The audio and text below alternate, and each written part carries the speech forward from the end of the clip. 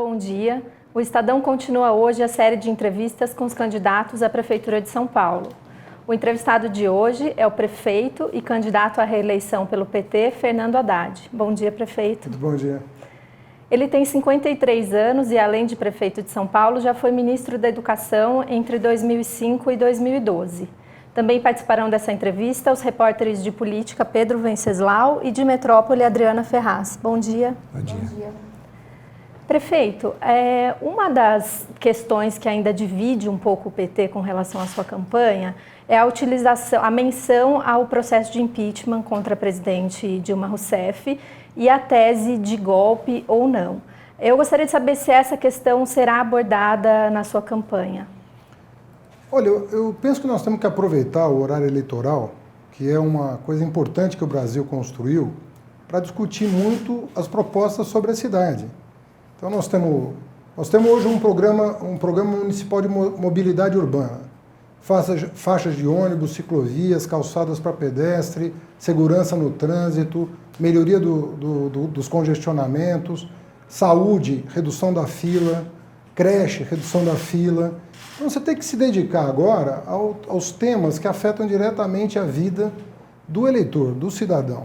É óbvio que nos debates, lateralmente, esse assunto vai surgir e, como eu tenho feito em todas as entrevistas, eu sempre abordo e dou minha opinião sobre os temas nacionais.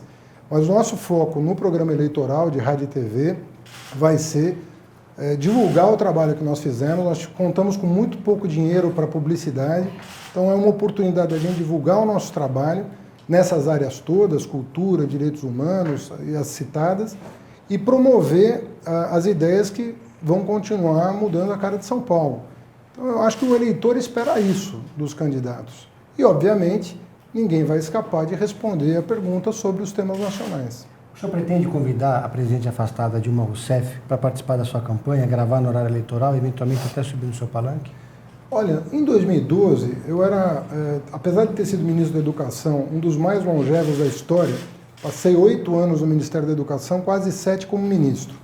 E ter sido conhecido por programas de repercussão nacional, quem é que não conhece o ProUni, a expansão das federais, das escolas técnicas, o FIES sem fiador, o novo Enem, o SISU, tudo isso, o Piso Nacional do Magistério, tudo isso é da minha gestão. Só que eu não era conhecido. As minhas propostas e meus programas eram conhecidos, mas eu não. Nesse caso, terceiros apresentarem o candidato faz sentido. Agora não, agora faz mais sentido você apresentar o teu trabalho. É óbvio que a campanha está aberta à participação de quem quer que seja, mas o foco da nossa investida hoje tem que ser usar o horário eleitoral para fazer o que nós não pudemos fazer ao longo desses 3 anos em função do corte que eu promovi drástico nas despesas de publicidade. É usar o horário para divulgar as realizações do governo. Os 3 hospitais que eu estou construindo, os 30 hospitais dia que eu já entreguei, as 394 creches que estão em funcionamento, os 400 quilômetros de faixas exclusivas de ônibus que permitiram ao trabalhador economizar horas por semana, né, do seu dia, que é importante, horas por semana, para outras atividades que não o deslocamento, os programas de cultura que nós desenvolvemos. O senhor acha que a presidente Dilma seria uma boa puxadora de voto? Ela tem uma imagem que agregaria ou prejudicaria a campanha? Olha, eu acho até um pouco injusta a colocação, porque ela está vivendo um momento difícil, né? Eu me solidarizo com o momento que ela está vivendo. Eu acho que sobrecarregá-la com mais esse tipo de abordagem, acho que nem injusto né? É uma pessoa que está sofrendo um processo político, né? Como os próprios senadores que votaram pela abertura do processo fizeram questão de dizer ontem da tribuna. Trata-se de um projeto político penoso, né, para a primeira mulher presidente. Acho que nós não devemos abordar esse tipo de questão dessa maneira. Acho que é um pouco desrespeitoso lidar com um drama desse, pensando o que dá voto e o que não dá. E o ex-presidente Lula? O senhor pensa em trazê-lo também? O presidente participou da minha convenção, normalmente, né? Por que a Dilma não foi na convenção? Eu não sei. Né? De novo, né? Acho que ela está vivendo um momento muito difícil. Eu acho que esse tipo de abordagem, numa para uma pessoa que está vivendo o drama que está vivendo, eu acho um pouco exagerado. Vamos. O senhor considera o presidente interino Michel Temer golpista? Olha, eu já falei várias vezes sobre esse assunto. Eu acho um grande casuísmo que está acontecendo, né? Esse processo é um processo que, se fosse levado a termo em relação às contas dos governadores, nós teríamos aí pelo menos 10, 12 governadores que teriam que ser afastados do cargo pela mesma razão que a presidenta Dilma está sendo afastada. Então, não me parece de bom tom o que foi feito. Assim ou não? Um vice se insurgir contra a cabeça de chapa, né? Mas então, golpismo. Olha, quando você fala em golpe, é uma palavra um pouco dura, que lembra a ditadura militar, que foi também apoiada, né? Inclusive pelos meios de comunicação, apoiaram o golpe militar. Então, o uso da palavra golpe lembra armas, lembra tanques na rua, lembra o encarceramento injusto de pessoas que foram submetidas à tortura. Então, mas eu considero que o processo não está seguindo o rito previsto na Constituição. Prefeito, falando um pouco de política, mas agora na esfera municipal, o Ministério Público Estadual abriu uma investigação para apurar desvios no Teatro Municipal. Estima-se que tenham sido desviados cerca de 15 milhões do teatro durante a sua gestão, no seu governo, de 2013 para cá. Um dos investigados é o seu secretário de Comunicação, Núzio Bruguglio Filho. Eu gostaria de saber por que o senhor o mantém no cargo, diferentemente do que o senhor fez em 2013, quando também o secretário do senhor, Antônio Donato, era secretário de governo, hoje é presidente da Câmara Municipal, vereador, o senhor o afastou. Por que o senhor tomou medidas diferentes dessa vez? Bom, em primeiro lugar, esse é o governo que mais combateu a corrupção na história da cidade. Eu já recuperei de recursos desviados da administração Maluf Pita 145 milhões da água espraiada e da gestão Serra Kassab 133 milhões da máfia do ISS. Então são 278 milhões que estão em caixa recuperados de administrações anteriores. Criei uma controladoria que é exemplo nacional, inclusive elogiada pelos meus adversários, que pretendem manter a linha de combate à corrupção. Então, nesse quesito, acho que ninguém fez mais do que eu pela transparência. Inclusive agora, nós sofremos uma ação sobre o destino dos recursos de multa de trânsito e a juíza acabou de se pronunciar dizendo, afastando os agentes públicos da suposta acusação de mau uso do recurso público. Ela já afastou isso, então não houve problema nenhum. Segundo lugar, eu não demiti o Donato. O Donato pediu afastamento e teve o seu processo arquivado agora, recentemente. Ou seja, foi injusta a acusação que se fez contra o Antônio Donato em 2013 e só 3 anos depois é que se ficou comprovado que não tinha nada a ver com aquilo. Não há nenhuma acusação formal contra o secretário que você se referiu e eu não cometo injustiça. Quando eu tiver que afastar alguém, porque eu formei convicção de que a pessoa errou, eu afasto como já fiz com vários. Você se arrepende de ter permitido a saída do Donato naquele ano? O Donato é que pediu o afastamento. Bom, mas o prefeito é o senhor, né? O senhor também tem... Na ocasião, eu pedi a ele para ficar. Mas eu entendi que ele queria, para preservar a administração, se afastar em busca da justiça que foi obtida.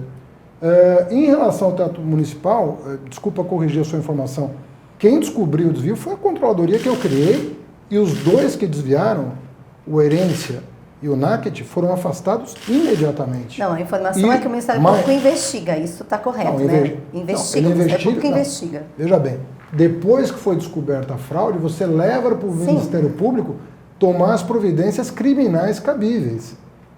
Na máfia do ISS, não é a prefeitura que processa. Quem processa criminalmente é o Ministério Público. A prefeitura, o papel da prefeitura, no caso, é reaver o dinheiro desviado. E, de novo, essa administração não só é reconhecidamente a que mais combateu a corrupção, como é a única da história recente que recuperou dinheiro desviado de administrações anteriores. Então, nesse particular, eu acho que até os meus adversários têm tido o cuidado, né, que nesse momento em que todo mundo acusa todo mundo, eu reconheço que os meus adversários têm tido muita prudência em falar disso, porque eu sou considerado por todos uma pessoa honrada e não vou admitir nenhum tipo de comentário a respeito da minha conduta, porque a minha conduta é absolutamente reta e isso não está em discussão. Perfeito. A ex-prefeita e senadora Marta Suplicy disse aqui, na entrevista para a TV Estadão, que pretende levar para a sua campanha o melhor do PT e do PSDB. O senhor acha que ela conta com esses dois, digamos, ativos políticos? Olha, eu acredito que não.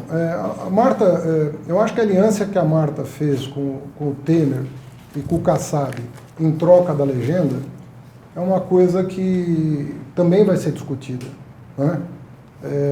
A Marta foi ministra do Lula, ministra da Dilma, foi 5 vezes candidata majoritária, né, senadora, 3 vezes candidata a prefeito, 1 vez a governadora. Eu, enfim, não gosto de fulanizar política, mas eu penso que esse gesto de fazer essa aliança em troca da legenda é uma coisa que causa, no mínimo, espécie nas pessoas. Ela pretende explorar o que foi a gestão dela. Você acha que a gestão dela na Prefeitura de São Paulo foi dela ou do PT? O PT também teria o direito de usar o que podemos chamar de legado da Marta na campanha? Olha, às vezes a pessoa é um pouco personalista, né? Não funciona em equipe, né? É a mesma coisa que eu dizer que o meu legado no Ministério da Educação é meu, né? Vou falar, eu que fiz o ProUni, eu que fiz o piso no... Eu não falo isso porque não acho que as coisas se passam assim. Acho que o PT teve 3 administrações e eu penso que foi uma melhor que a outra, né? Então, eu entendo que se você comparar as 3 administrações do PT com o que veio depois, não tem termo de comparação. A segunda, que foi a da Marta, como é que o senhor avalia? Eu acho que a gestão da Marta foi uma gestão importante para a cidade e, enfim, ela foi derrotada pelos erros que cometeu. Ela própria admite hoje que cometeu muitos erros, sobretudo na segunda metade do seu mandato. De fato, ela cometeu, naquele período, alguns erros que causaram inquietação na população, mas isso ela já reconhece e é do jogo, né? O senhor prefeito, o senhor acha que cometeu alguns erros durante os 3 anos e meio de gestão? Olha, nós vamos discutir, nós vamos abrir a campanha agora, porque nesse momento o papel é dos adversários fazerem a crítica. O meu papel é apresentar um trabalho. Eu não conheço prefeito que abriu 3 frentes de obra para fazer hospital na cidade. Eu não conheço nenhum prefeito que fez 400 quilômetros de faixa exclusiva priorizando o transporte público como eu Tem 3 promovi. hospitais em obras ou 2? Brasilândia e Parelheiro, em e obras? Um já entregue, né? Um já está entregue. Né? São 3, sendo que um já está entregue. Obrigado pela lembrança. 394 creches em funcionamento, fora as que estão em obras. Eu coloquei quase 100 mil crianças na educação infantil em 3 anos. Não tem precedente isso. Agora, é óbvio que na gestão, uma gestão da complexidade que é São Paulo, eu reduzi a dívida de São Paulo a menos da metade. Eu herdei uma dívida de 70 bilhões, a dívida hoje é 30. Nós fizemos o maior programa de combate à corrupção da história da cidade. No campo da mobilidade, São Paulo é referência internacional. No campo dos direitos humanos, braços abertos, transcidadania, referência internacional. Agora, nós não tivemos tempo, e isso eu faço um meia-culpa, talvez nós não tivemos tempo de comunicar as realizações de governo. Até porque, em função da crise, eu cortei 50% da verba de publicidade. É decisão difícil para um político tradicional tomar. Acho que ninguém faria isso na minha posição. Mas eu cortei 50% o que foi gasto nos 4 anos anteriores ao meu mandato. Mas para quê? Para não parar a obra. Hoje o funcionalismo está em dia, todas as carreiras revistas, fornecedores em dia, canteiro de obra. Compara com o que está acontecendo no Brasil, inclusive no estado de São Paulo. Mas o senhor pega o monotrilho, pega as obras paradas, as escolas fechadas, a merenda seca. A falta de comunicação, a sua má avaliação perante os eleitores? Acho que é um dos problemas. Porque as pessoas também veem no dia a dia delas, né? Todas essas melhorias. É difícil enxergar São Paulo na sua complexidade. Para isso que serve a campanha. Por que você dá o tempo de televisão para os partidos? Para eles se apresentarem. Se não fosse assim, não precisava de tempo de TV. Se as pessoas não fossem, eventualmente, mudar seu posicionamento sobre o que pensam quando são expostas às realizações, Fui o prefeito que mais investiu nos últimos 20 anos. 17 bilhões de investimento. Não tem, nos últimos 20 anos, ninguém em 4 conseguiu investir 17 bilhões de reais. Perfeito. Agora, precisa mostrar, né? É para isso que eu estou aqui, para isso que nós vamos, a partir do dia 26, ter os programas eleitorais, para mostrar para as pessoas. Agora, obviamente, democracia é isso. Você mostra, a pessoa decide, mas a oportunidade de mostrar é muito importante. Né? Perfeito. Ontem o STF manteve a candidatura do Celso Russomano à Prefeitura de São Paulo. Muita gente achava que ele não seguiria como candidato, já haviam até traçado estratégias e cenários sem a presença dele. Quem o senhor acha que sai mais prejudicado com a presença dele? As pesquisas dizem que supostamente a Marta Suplicy cresceria com a ausência do Russomano. Outros analistas avaliam que ele disputaria mais o voto com o PT na periferia de São Paulo. Qual que é a sua análise? Olha, na verdade, no meu caso específico, eu não acredito muito nessas análises. Eu vou te explicar por quê. Quando você é governo, a tua única missão numa campanha é mostrar o que você fez e a tua visão de cidade. Eu tenho uma visão de cidade que eu consigo defender, né, com dignidade. Eu tenho uma visão da cidade que prioriza o transporte público. Então, eu tenho uma visão de cidade que ajuda o estudante e o idoso a não pagar passagem. Passe livre para o estudante, passe livre para o idoso. Eu tenho uma visão de cidade que diminui os tempos de atendimento no SUS.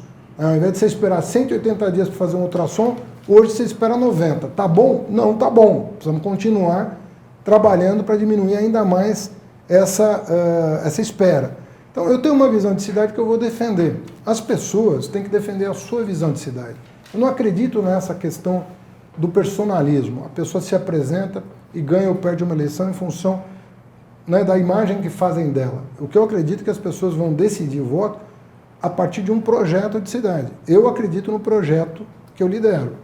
Então, quando você tem essa convicção, independe com quem você está concorrendo. Já concorri com o Russomano em 2012.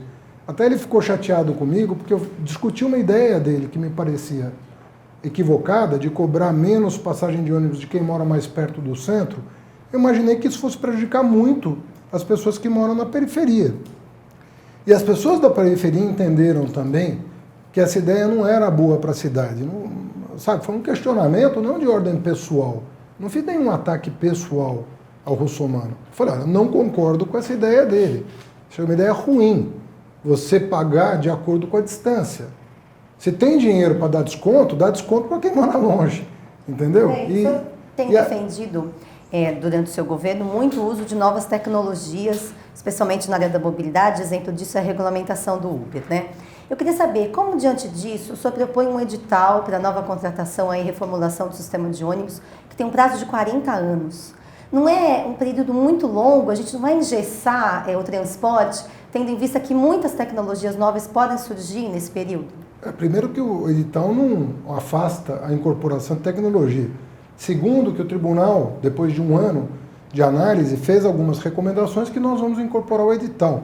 Mas eu quero dizer uma coisa para vocês. Enquanto qualquer político, na minha condição, soltaria logo o edital para assinar rapidamente até o término do seu mandato, eu não estou fazendo isso. Eu estou respeitando a democracia. Nós estamos a 60 dias de uma eleição. É um contrato muito importante. Tem as recomendações do TCM que precisam ser discutidas pela sociedade. E eu, por prudência, avisei o TCM que eu vou aguardar a eleição para reabrir a discussão sobre o edital. Porque uma coisa que eu critiquei muito na gestão passada é que eles saíram assinando contratos no último semestre. Contratos muito questionáveis. Foram assinando o contrato. Eu não vou fazer esse tipo de coisa porque eu acho errado. Você não pode, nos últimos 6 meses do seu mandato, assinar um contrato de 20 anos. Então, se tem discussão para fazer, vamos fazer. Eu não vou sair... Vai mudar o prazo, então, prefeito? Essa é uma das recomendações do TCM, não vai ser mais 40 anos. Essa é uma das recomendações. Não é 40, é 20. Né? Era 15 e passou para 20. Né? E o tribunal quer que volte para 15. Não tem problema. O senhor tem uma avaliação muito baixa, principalmente na periferia, né? Como que o senhor pensa em dialogar com esse eleitor durante a sua campanha? Olha, de novo, né? Eu tive pouca verba para publicidade e, de fato, a pessoa da periferia é a pessoa que tem mais dificuldade de acesso à informação pela sua rotina. A pessoa acorda mais cedo, dorme mais tarde, tem 3 jornadas, né? Sobretudo as mulheres. Nós vamos ter uma oportunidade agora de discutir. Eu fico me perguntando, qual é o trabalhador que pega ônibus que não ganhou tempo? Será que essa discussão foi feita? Por onde eu comecei, o maior programa de iluminação pública do mundo, que é a iluminação LED. Hoje você tem LED 100% em Cidade Tiradentes, Sapopemba, Guaianazes, Jardim Helena, Jardim Ângela, Heliópolis. Esses são os bairros que começaram com a mudança de LED. Não tinha se colocado uma lâmpada LED na periferia de São Paulo até eu assumir. Hoje tem 90 mil luminárias LED, 15% do todo o parque já está com LED. Até o final de 2019, 100% da cidade vai estar em LED. Você economiza 50% de energia e melhora a vida das pessoas à noite. A conta não caiu, né, prefeito? Por que a conta de luz A ainda não conta caiu? caiu de 18 para 13 milhões e a cada troca de lâmpada é informada a Eletropaulo. Não foi o que a assessoria do senhor disse para a gente ontem. A gente publicou uma reportagem que diz que a prefeitura ainda não informou a Eletropaulo os pontos de luz de LED e por isso a gente não está economizando na conta. Não, primeiro que quando a conta é abatida retroativamente.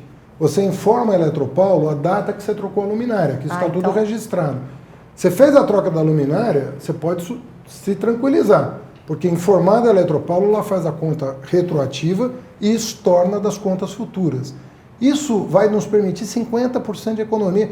Não trocaram uma lâmpada de LED na periferia em toda a história da cidade. O LED está disponível há 20 anos. Não se trocou uma lâmpada na periferia. Pergunta hoje para o morador de Cidade Tiradentes como é que é a vida dele à noite.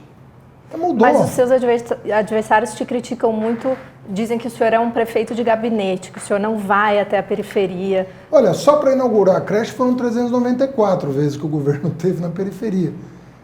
Quem está se gabando de ter ido à periferia foi 50 vezes a turismo.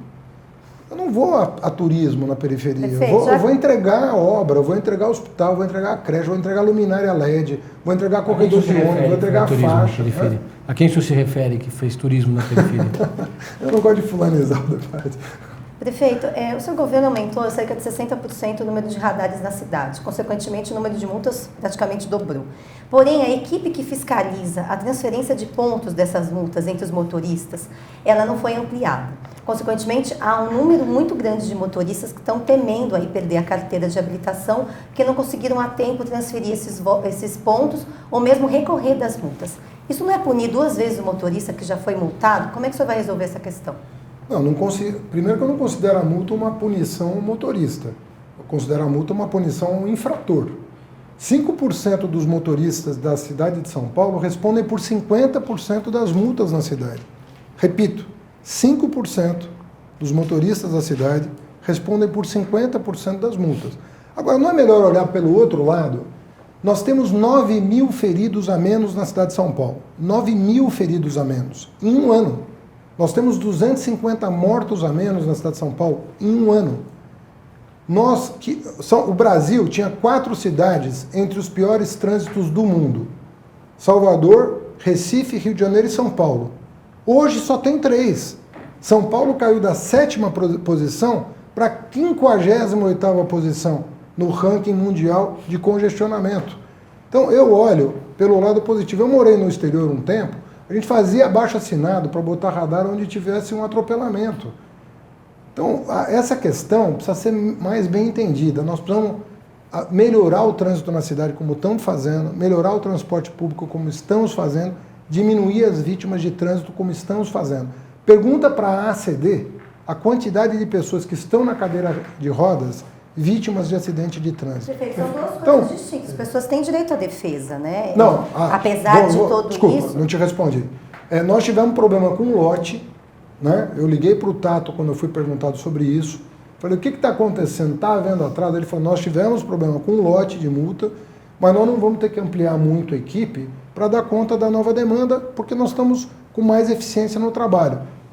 Teve um problema de informática com o lote, mas que nós já estamos colocando em ordem. Então eu acredito na eficiência da CT. Prefeito, teve um episódio polêmico envolvendo a sua gestão, que foi a questão dos cobertores para os moradores de rua que teriam sido retirados pela Guarda Civil Metropolitana. queria perguntar se o senhor acha que houve um erro nesse episódio dos cobertores e como lidar com esse dilema higienização versus favelização. Olha, nós recebemos essa informação, apuramos essa informação e cruzamos os dados, inclusive, com as mortes da semana, né, porque a guarda tinha sido acusada disso, e realmente eu não recebi, até o presente momento, nenhum indício de que isso tenha acontecido. Eu não tenho uma foto, eu não tenho um vídeo, eu não tenho um boletim de ocorrência. Então é muito difícil. Eu estou falando, nós demitimos 38 guardas civis metropolitanos ao longo da gestão. 38 de 6 mil. Né? Você sempre vai encontrar numa categoria alguém que não se comporta adequadamente.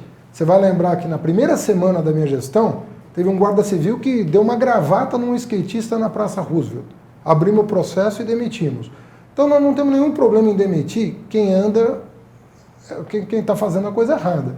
Agora eu preciso de dados para saber quem foi esse guarda, tem uma imagem, tem um BO. Nós passamos quase 15 dias tentando apurar e de fato nós não encontramos, né, até onde foi a nossa investigação, um caso de responsabilização por violação de direitos humanos. Isso é um protocolo, né? Um decreto? Não, o que nós fizemos foi o seguinte, para evitar dúvidas sobre como agir, aquilo que estava como protocolo ou portaria da guarda, eu fiz junto com a Defensoria Pública, é bom que se diga, chamamos os defensores públicos e formatamos um decreto para que toda a sociedade possa fazer o controle social da ação de zeladoria. Então todo mundo agora, a partir daquele decreto, vai poder identificar um abuso. Se tiver acontecendo um abuso, nós seremos os primeiros a punir. Agora, quem fez os braços abertos não, né, já demonstrou respeito aos direitos humanos. Aquela população da Luz só recebia bala de borracha e bomba de gás. Nós acolhemos 500 pessoas em alojamentos, demos alimentação, frente de trabalho. Nosso programa é reconhecido internacionalmente. Nós já recebemos gente de Vancouver, de Amsterdã, de Lisboa, para conhecer a experiência de São Paulo. Outros prefeitos do Brasil vêm para São Paulo conhecer a experiência. Então nós estamos na linha de defender os direitos humanos e dar uma oportunidade para as pessoas se emanciparem da situação de rua. Nós não queremos que as pessoas morem na rua, a gente quer que as pessoas se emancipem. Para isso elas precisam ter oportunidade. Tem um tema que é muito particular para o senhor, que é a questão das creches. O senhor mesmo falou que foram quase 400, né? 394, até hoje. Inauguradas na sua gestão. A grande maioria dessas creches são creches conveniadas, né? São todas? Creches... Não, há algumas indiretas e diretas nessa conta do senhor ou não? Não, todas as nossas creches hoje são conveniadas. Tá, ok. Ou seja, uma entidade parceira que faz a gestão. Nas creches conveniadas, os professores infantis que trabalham, eles recebem menos do que os professores concursados que trabalham na rede direta. E trabalham mais. São 10 horas a mais por semana e cerca de 40% a menos de salário. O senhor que defende tanto a questão da educação, ex-ministro da educação, como é que o senhor vai fazer para equiparar esse salário, para ser justo com esses professores que fazem o mesmo trabalho na rede e que são muito mais numerosos? Olha, esse é um problema grave a ser enfrentado e que não é de fácil solução. Quem quer que diga aqui que vai resolver isso de uma maneira fácil, está mentindo para a sociedade. Porque os custos de uma eventual equiparação seriam desproporcionais à capacidade que o município tem hoje. O que nós temos que fazer? Primeiro, nós temos que terminar com a fila. Eu estou abrindo 2 creches por semana na cidade de São Paulo. Repito. Só não está construindo, né, prefeito? São creches particulares, né? Vamos deixar isso claro. Nem seria possível construir 2 creches por semana. Então nós estamos alugando espaços, adaptando o espaço, mas se você visitar as creches conveniadas, eu garanto para você que você colocaria o teu filho numa delas. Eu colocaria um filho, um neto numa delas. Não devem nada para a rede privada, pelo contrário, está tendo migração das creches privadas para as creches da prefeitura conveniadas. Prefeito. São 10 horas por dia de atendimento, 5 refeições por dia na creche, não tem merenda seca na rede municipal, e ao contrário do que estão fazendo por aí, fechando a escola e dando bolacha para os nossos jovens, nós estamos melhorando a merenda com produto orgânico, oferecendo 5 refeições na creche por dia e atendendo 10 horas por dia para que as mães possam deixar em segurança os seus filhos e fazer a sua jornada de trabalho ou de estudo. Tem muitas mulheres que são jovens estudantes, mas já mães, que precisam do suporte do poder público para continuar os seus estudos. A gente precisa encerrar, infelizmente. O senhor gostaria de fazer alguma consideração final? Agradecer a oportunidade, acho que é de debates desse nível que nós estamos precisando.